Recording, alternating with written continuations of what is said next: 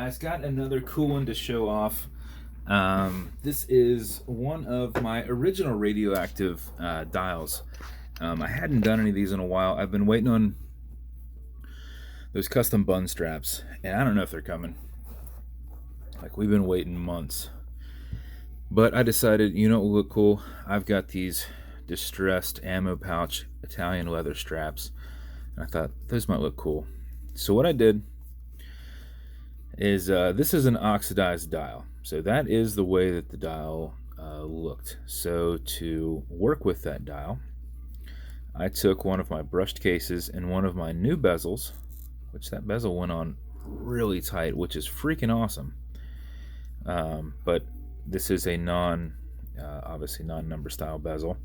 I put them both in a mix of hydrochloric and muriatic acid, and then I did that with the buckle as well. I let them in there for 2 days, got them out, washed them down, cleaned them down, and waited a good while before touch them, because you get a weird metal smell when you in your skin. Like, it's not like the acid isn't still working, but I was getting, you get that weird kind of smell. So I had to wash them for the longest time and like buff them, and polish them with a rag.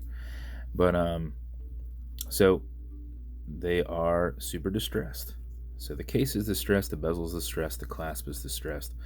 The dial looks distressed, but it's actually the way it's supposed to look. Did a custom painted handset, did them in black for a nice little pop.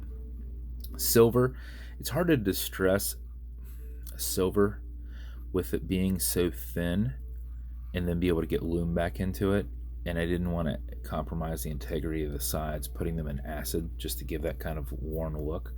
So I just did kind of like a dirtier lume to them and put them back in there.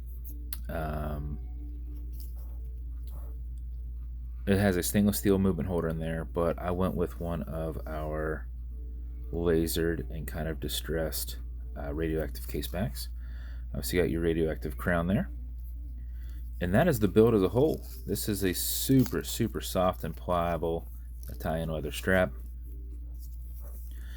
As I showed you, the bezel will go left, it'll go right.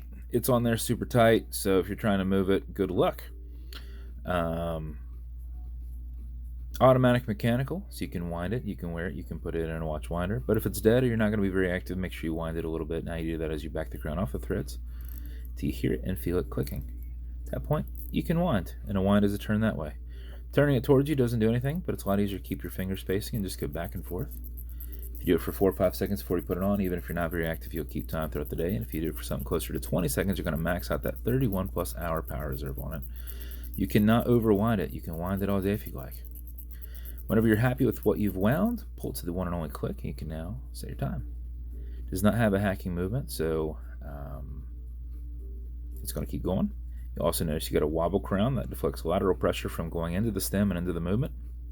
So if you're pushing and prying on it, you're not bending anything. And okay, Google, what time is it? 1:54 p.m. 1:54 p.m. When you're good, push it over, get it out of that time setting. Wind it down.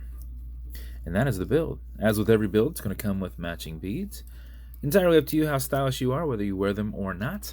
It's going to come in one of my radioactive boxes. It's going to come with watch cleaner. This is good on all glass and metal parts. So everything there in the center, non-streaking, non-toxic, non-residue. Some leather conditioner, keep that leather strap perfectly soft. If you ever need to use it, apply it on both sides, let it soak in. Remove any excess. A little bit will go a long way, so don't use a bunch of it. And then some fine scratch remover, same thing with this. Don't use a bunch of it. If you get a scratch in this acrylic glass, put a tiny bit of this on it and then buff against it using your included microfiber. Go against the scratch, not with the scratch, filling that scratch, and then polish it out. Generate some heat with your thumb. You should knock it out in about 20 seconds. Poly watch is basically the same stuff. So but that is the build. If it's going to you, congrats. This will be up in an event sometime probably next week. But here's a first look at it. And very, very cool build. Looks rough, but is super soft and smooth. So there you go. If it's going to you, congrats.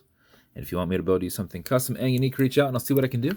And if you want to continue to see videos like this, like and subscribe as I put them up all the time. Thanks for hanging out, guys.